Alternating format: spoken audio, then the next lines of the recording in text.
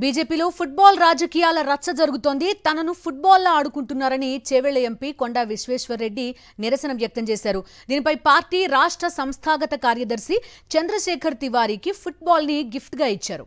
రంగారెడ్డి, వికారాబాద్ జిల్లాల్లో పార్టీ వ్యవహార శైలిపై ఆయన విస్మయం వ్యక్తం చేశారు.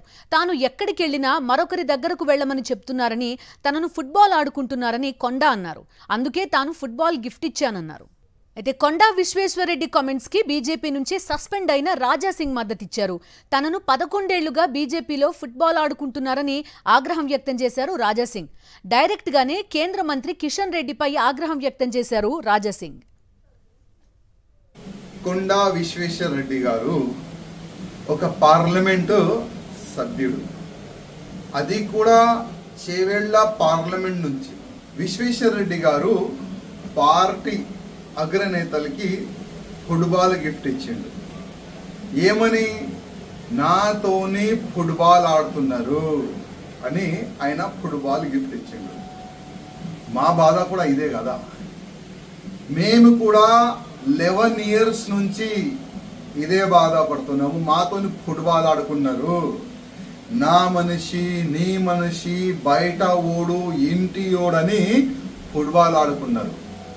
ఇవాళ విశ్వేశ్వర్రెడ్డి గారు ఫుట్బాల్ గిఫ్ట్ ఇచ్చారు కదా, వచ్చే సమయంలో ఎమ్మెల్యేలు కూడా ఫుట్బాల్ గిఫ్ట్ ఇస్తారు, ఇంకా పార్లమెంట్ సభ్యులు కూడా ఫుట్బాల్ గిఫ్ట్ ఇస్తారు.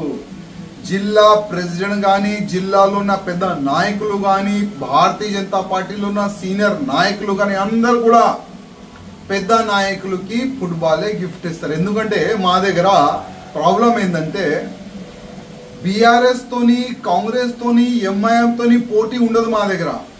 మా దగ్గర పార్టీ అధికారులకి కార్యకర్తల్లోనే పోటీ ఉంటుంది. మా దగ్గర అధికారులతోని, ఎమ్మెల్యేస్ తోని, పార్లమెంట్ సభ్యులతోనే పోటీ ఉంటుంది.